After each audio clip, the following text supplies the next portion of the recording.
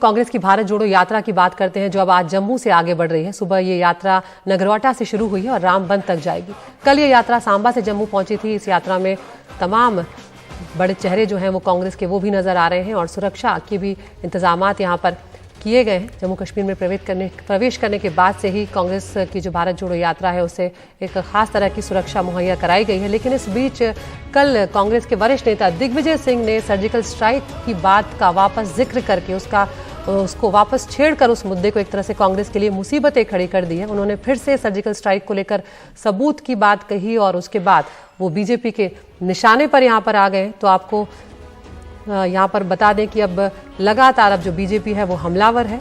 कल कांग्रेस नेता दिग्विजय सिंह ने भारत जोड़ो यात्रा के दौरान सर्जिकल स्ट्राइक पर सवाल उठाए, जिसके बाद बीजेपी अब सवाल उठा रही है। और दिग्विजय सिंह ने आज जो कहा वो कि अपने रक्षा बलों की वो इज्जत करते हैं। तो पहले आपको सुनवा देते हैं कि अब दिग्विजय सिंह ने सफाई में आज क्या कुछ कहा है।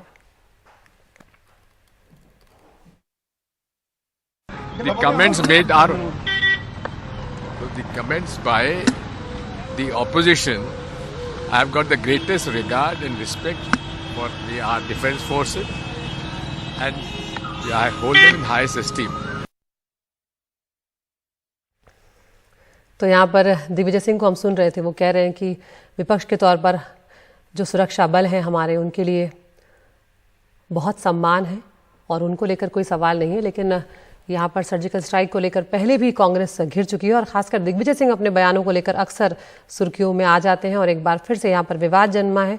और इसके बाद कांग्रेस भी अब इनके इस बयान से किनारा करती हुई नजर आ रही है। हमारे साथ हमारे सहयोगी नज़ीर मसूदी जुड़ गए हैं, जो लगातार इस यात्रा को जम्मू कश्मीर में कवर कर रहे हैं। नज़ीर, कल भी आपसे बातचीत हुई थी, तब हम आर्टिकल 370 की वहां पर बात कर रहे थे कि कांग्रेस वो मुद्दा उठाएगी, लोगों के दिलों को छुएगी। लेकिन यहाँ पर अब जो दिग्विजय सिंह का बयान आ गया, उससे अब मामला उल्टा पड़ता हुआ नजर आ रहा है। कांग्रेस ही निशाने पर आ गई है।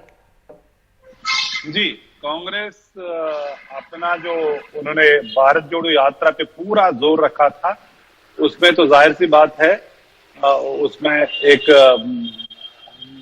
तरह का दूसरा नैरेटिव हुआ कि दिग्विजय सिंह के बयान से वो पूरा ओवरशैडो हो गया और दिग्विजय सिंह का बयान ही आया। कांग्रेस ने जल्दी कहा कि हम इससे इत्तेफाक नहीं करते और आज दिग्विजय सिंह ने किसी हद तक उसकी वजाहत की कि नहीं, मेरा पूरा सम्मान है सुरक्षा फोर्सेस वगैरह के साथ। लेकिन जो डैमेज था वो हुआ। बीजेपी ने पहले ही हमला साधा है, कांग्रेस पे कहा कि जो इसे कहते हैं ये भारत तोड़ो यात्रा है, भारत जोड़ो नहीं है। तो लेकिन आज भारत जोड़ो यात्रा का जो सफर है ये जम्मू से निकला और आज रामबन पहुंच जाएगा। इसके बीच में आज 1 बजे राहुल गांधी प्रेस कॉन्फ्रेंस देंगे। जाहिर सी बात है दिग्विजय सिंह का जो बयान है वो भी शायद सवालों में हो सकता है, जिस तरह से एक बड़ा विवाद बन गया है। लेकिन सुरक्षा और दूसरी चीज, सुरक्षा का जो मसला इस यात्रा के लिए वो काफी सबसे अहम है कि सैकड़ों की तादाद में सुरक्षा फोर्सेस को इस यात्रा की हिफाजत के लिए लगाया गया है। कई जगहों पे ऐसा होता है जहाँ सुरक्षा फोर्सेस की तादाद यात्रियों से ज्यादा है, लेकिन कई जगहों पे लोग भारी तादाद में लोग इस यात्रा के साथ जुड़ जाते हैं।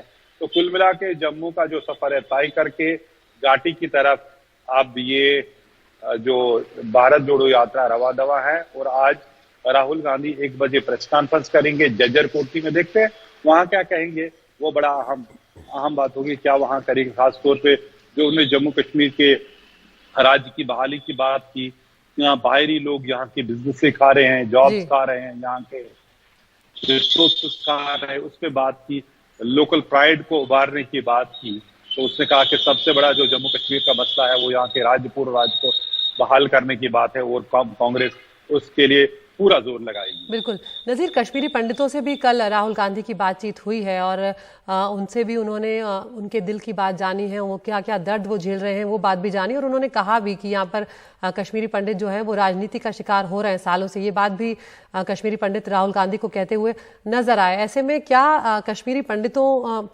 का जो मुद्दा है उसे राहुल गांधी यहाँ पर छूते हुए नजर आ रहे हैं, या सिर्फ ये यात्रा जब आगे बढ़ जाएगी उसके बाद ये मामला वहीं तक रह जाएगा?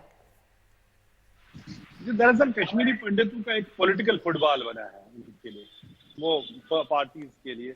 अब जाहिर सी बात है वो पिछले दिनों बीजेपी के लीडरों से मिले, उनके यहाँ लीडर आए बीजेपी के बाहर, वहां धरना भी दिया ऑफिस के बाहर उन्होंने भी बताया कि सब कुछ ठीक करेंगे, लेकिन जमीन पे कुछ ठीक नहीं हो रहा है।